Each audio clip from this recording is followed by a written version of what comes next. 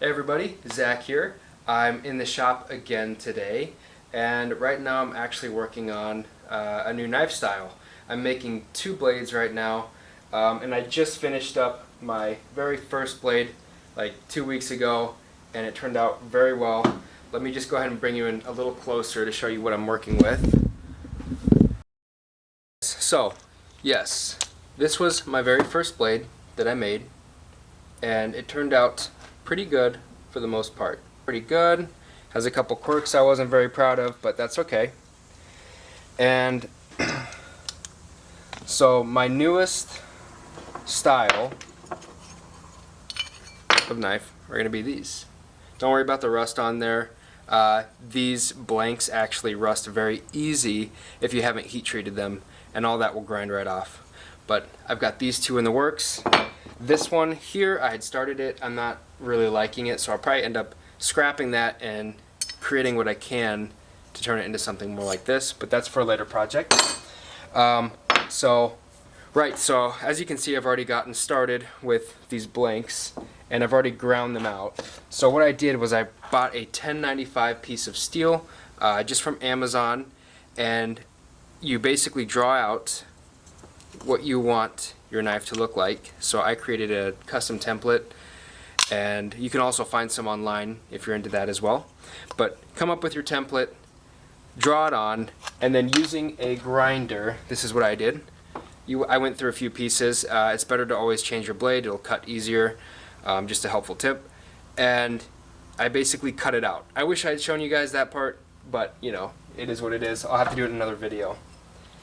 So we got that, and I'd already started working on a handle, and so I've been putting some spacers, and I glued that to these two pieces of wood on that one.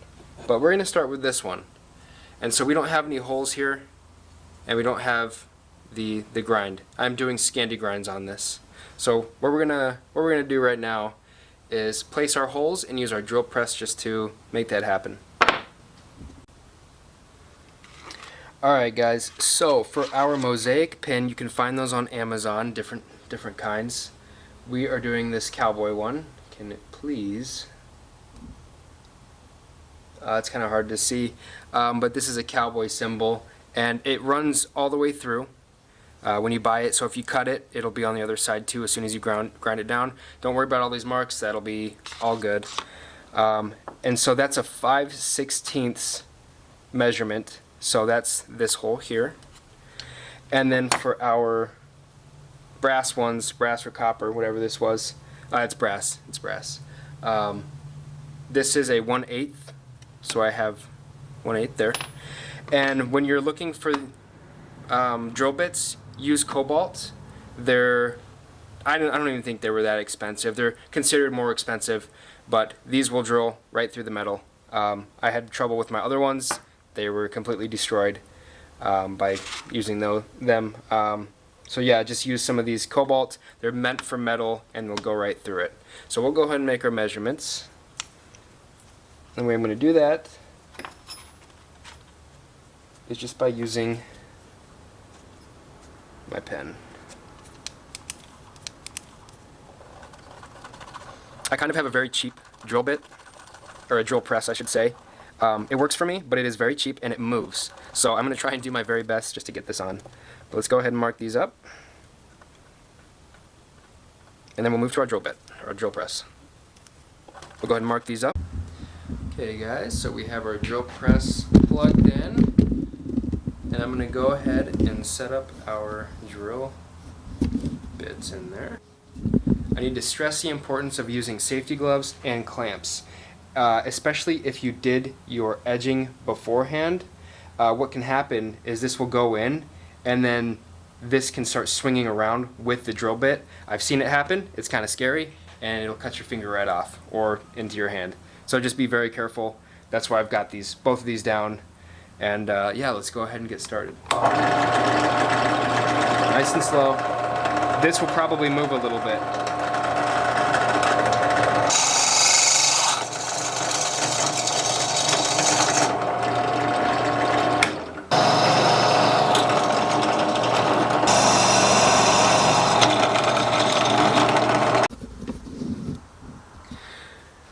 Alright guys, so knife makers in the comments are probably going to yell at me, but before I put this in the forge and quench it, I'm going to start working on the handles. I don't feel like breaking out my forge right now, just to be completely honest, so I'm going to wait on that. But what I do have is these wooden scales, they're called scales, for the handle, and then I'm going to actually be doing some spacers as well, some red ones.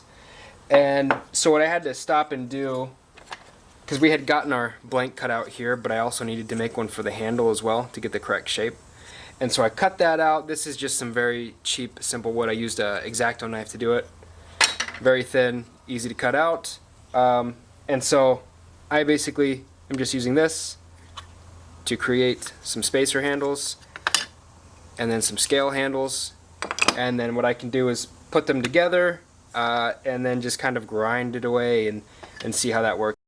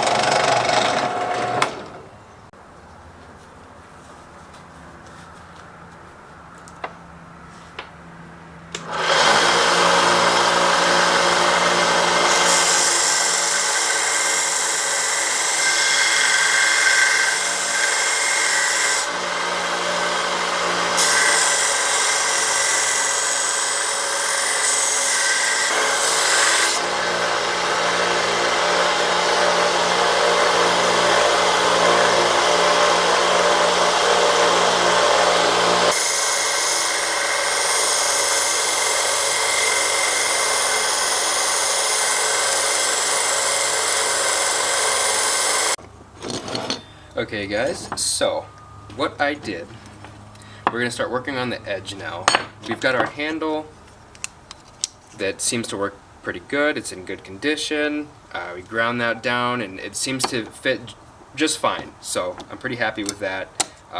We'll do some refining and adjustments later as we put it all together, but now that we have that out of the way, I took some wing dividers and I set it at 1/2 inch, and then you're going to use a marker to mark it on both sides, okay? And then we're going to end up grinding it using, I'm going to be trying to use this new grind adjustment square, whatever you want to call it, and the goal is to get a Scandi grind, which is I believe at 12 degrees to 20 degrees, so pretty thin, and one bevel. So we're gonna see how that goes, okay? Okay, so I kind of want to walk you guys through how I'm setting up this angle square thing. So the theory behind this is to have like a 90-degree flat surface, and then you set it down and then go across, right? And then each time it should be like perfect.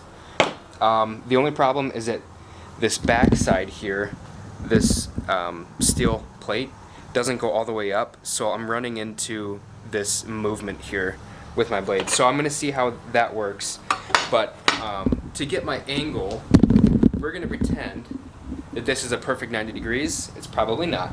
But we're going to pretend that's a perfect 90 degrees. And then the way I'm getting my angle with my square here is I've got this protractor. And if I set this up, I really need to get you guys a good angle here. So the way I'm doing it, someone can correct me if I'm wrong. This is just how I'm trying to figure it out. I want a total of 24 degrees for the Scandi grind. So that's 12 on one side and 12 on the other side. So my protractor is going to be sitting, if we can bring this, pretend it's 90 degrees up and down, right, on this L. And then if we were to go 12 degrees, right, 90 degrees, 12, 10, 11, 12, our knife is going to be over here, so it'll actually go over a little bit more because it'll have extra width, right? But basically 10, 11, 12. That's kind of what I'm going off of here. I know somebody's going to say that's not perfect or there's something wrong with that. I'm just going to give it a shot and see how it goes. Before I was just using my hands to do my previous knife to grind it out, and I want to see how this works. So just give me some grace and let's just see what this does, and then we can learn from it, right? That's all we can do. Okay, so we have our knife on here. So the way I got my angle down, right, what I think is 12 degrees on one side. It's going to be a pain in the ass because I'm going to have to go back and forth like every 8 grinds because it's going to get hot, and then I got to turn it over, remark everything. So this is going to be a little more of a pain in the butt, but I'm hoping it's a little more accurate than my last blade.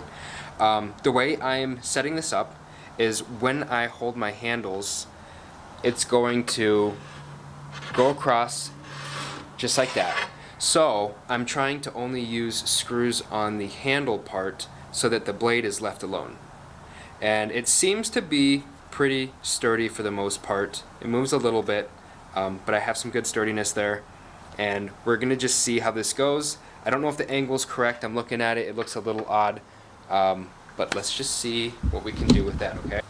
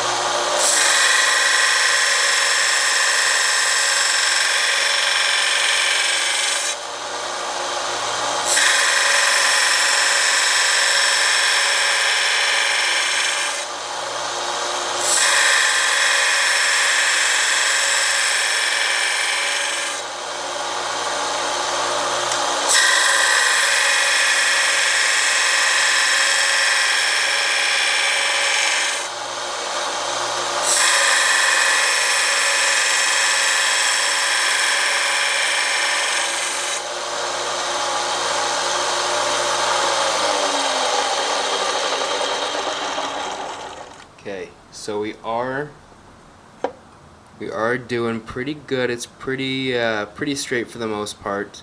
We're not quite lining up there all the way. I'm going to keep doing this. I'm going to keep beveling it or grinding down and just see what the angle looks like after a few more. And we'll see if both sides will end up just kind of connecting, because as we keep grinding it's going to keep moving up, right? So the more we grind, the better. I don't really feel like switching sides yet. I feel like I didn't get very much out of that, so I might do another 8 more and then I'll switch. So a total of like 16 grinds across, and then we'll switch it over.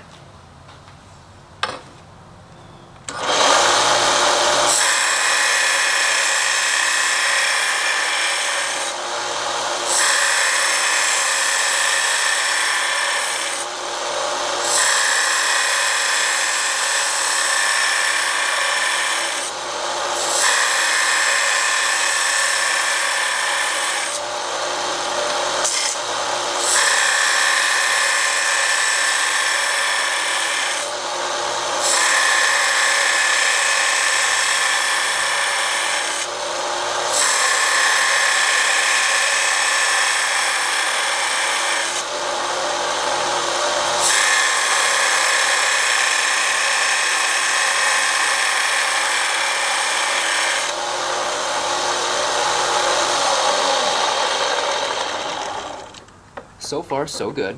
I'm not particularly impressed with this part here, so I got to figure something out to get that area. Maybe I'll just have to go back by hand and really hit that spot there, but just gonna keep going. I'm gonna switch sides. It's really hot, and I probably should put it in some water for a bit, but yeah, let's go ahead and switch sides.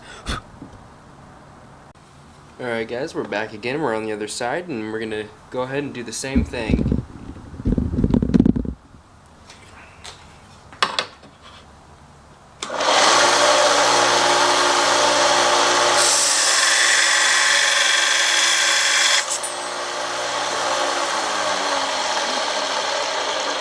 Hold up. Okay, just need a little more tightening on that, and we'll try it again.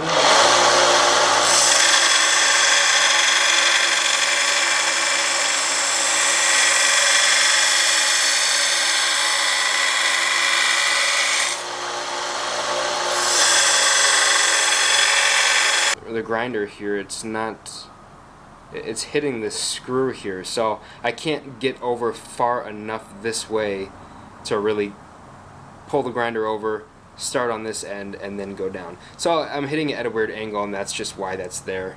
But for the most part, I'm gonna go ahead and switch it, and we're actually doing pretty good. Also, real quickly, I'm actually just marking. I'm gonna be using these same markings in the future. So I'm just marking where I'm going to end up using these holes again. That way I don't have to sit there and search and fiddle. I like to have things just pre-recorded, you know, just to make it easy for myself. So I've got one there, two over here, and then for the Scandi grind angle, I'm just putting it right there. It's working very well right now. So, oops, sorry. Yeah, so there, and then one there for this middle piece, and that's for my angle.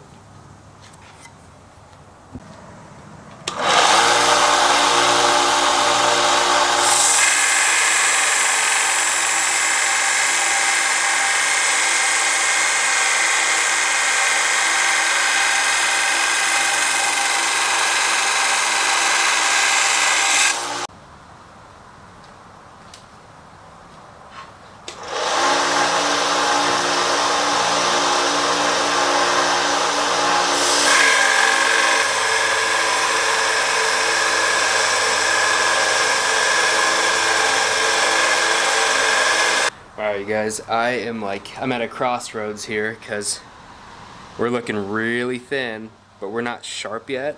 And I feel like what I could do at this point, I could do a couple more passes, but ultimately I almost want to stick this thing in the forge here pretty soon, and then see what we can do with the edge afterwards. But I mean,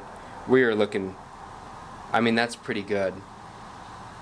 You know, I see that it's a little off here and there, but I mean, even when I did it by hand, it was off too. So I'm pretty impressed with this. I'm gonna do maybe 4 or 5 more goes on this side, then do the other side, and then I'm gonna call it quits for this.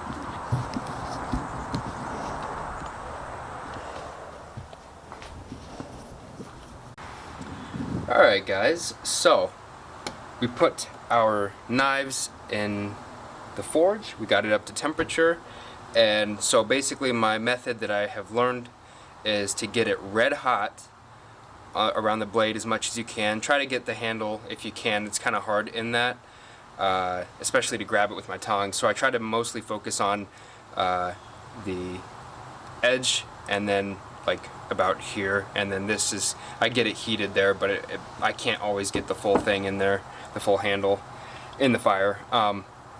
But basically the way that we're going to test this, and I can show you, let's go ahead and brighten this up. I want you guys to be able to see this. Okay. So the way that we're going to test this is we're going to take a file. I'm going to use my triangle one. Other people have different methods to do this. So I'm going to show you how, well, the strength of it. So this is the piece of metal that I used. First, I threw that in the forge, got it hot, and threw it in my quench bucket in my oil, and that's just used to heat up the oil so it's less reactive on this. So the hotter your oil is, not the hotter, but I mean, if your quench oil is nice and hot, your reaction can be less warping for your knives. That's what I've learned. So this is not this piece of metal has not been brought up to heat, but these ones have.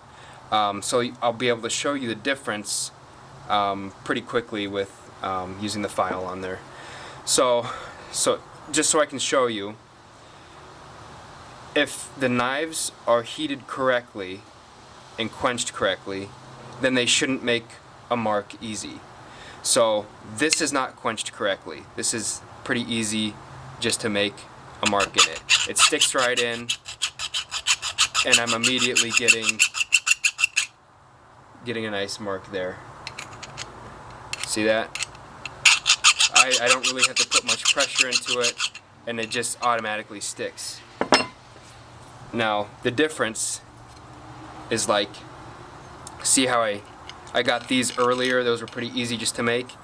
If I were to try and do it again, I'm putting pressure on, and we're skidding all over the place. We're skating all over the place trying to get a mark in there, and I'll have to grind that out later. But as you can see, this is the way that I've learned that you've done a good quench, is because it's skating around. So we got that one there, and then we're going to try this one. This is my other blade that I'm working on too. And again, we're just skating around. I'm putting serious pressure in it, and we're not getting anywhere. So unless I really focus, but no, we're just not getting anywhere. So in my opinion, I would say that these are quenched correctly. Now I still have to put them in the oven at, I believe it's 400 degrees. I got to check that again. 400 degrees for 2 hours, 2 rounds. And I'll be doing that to both of these knives, and then we'll call it good, and then we'll finish up our grinding, make the blades look all beautiful and whatnot, and then we'll put our handles on, and that'll be that. So, you know, this is probably the scariest part, is heat tempering it, but I think these blades are good. And then also I wanted to tell you guys, I had those. So the way, you probably saw this wand, these magnetic wands, right? I had this out there with me. So what we're doing with this to check it for temp, if it's at the correct temp, is you get it to red hot and then wait 30 seconds and then check to see if it's non-magnetic. And these are magnetic now, but like when it's hot like that, if it's not magnetic, you can't do this, then it should be ready to quench. And my suggestion is grab your tongs, pull it out, then see if it's magnetic. Because if you stick this inside of your forge, it'll actually ruin these. That was the first blade, or that was the problem I had with the first blade that I was making. I put it in the forge, and it ended up taking away its magnetic ability, and then it ruined it. So buy a few of these and just pull it out, and then try to check it, and then quench it. So yes, and then on to the next step. Okay guys, please excuse the mess. It is the oven. I have not cleaned it. I set it at 400 degrees for 2 hours. I've had it in there for a little while now. 1 hour and 42 minutes left. But 400 degrees, 2 hours, and we're going to do this for 2 rounds to heat temper this. And I'll just give you a sneak peek of what it looks like in there. Hold on, let me get the light on actually. Let's take a look. And they're just sitting in there. And we'll do that for 2 rounds, okay? So a total of like 4 hours. But we're gonna let it cool down once we take it out and then do the second round. So that's where we're at. Okay guys, so we're back. This is my other one that I was working on too. So after our heat treat, the blade's looking pretty ugly. We gotta clean it up using our grinder. Unfortunately, the grinder can only hit, like, I can't really get perfectly flat with these. So you'll see that there's some marks there still that I can't get, and even on the blade here too. So what I'm going to end up doing is cleaning it up as best as I can, and then I'll end up using hand methods, like taking a piece of sandpaper and then grinding or sanding off the extra crud and making it as smooth and shiny as we possibly can. But for the most part, we'll get to that later. And I did do this blade, but I'm going to work on the handle and then I'll come back to the blade later just to finish it up.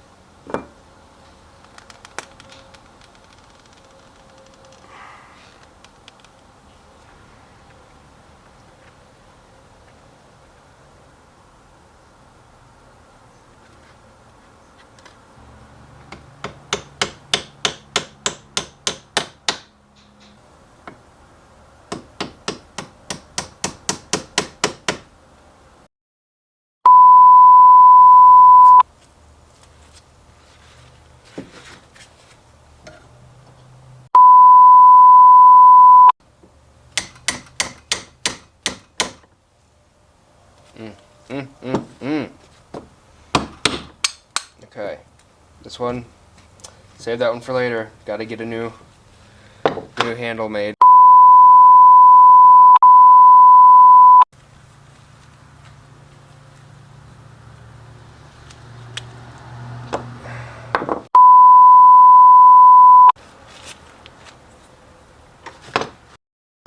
Basically what happened is I was hammering in and it ended up cracking this. So what we're going to end up trying to do is, I should have done this before, I totally forgot and I can't believe it, but we're going to use our grinder and basically thin down these before we start tapping them in. Thin down our brass pieces, brass rods, and then we'll try to tap them in, because this method is just not working. We try to hammer it right in, but you can see this.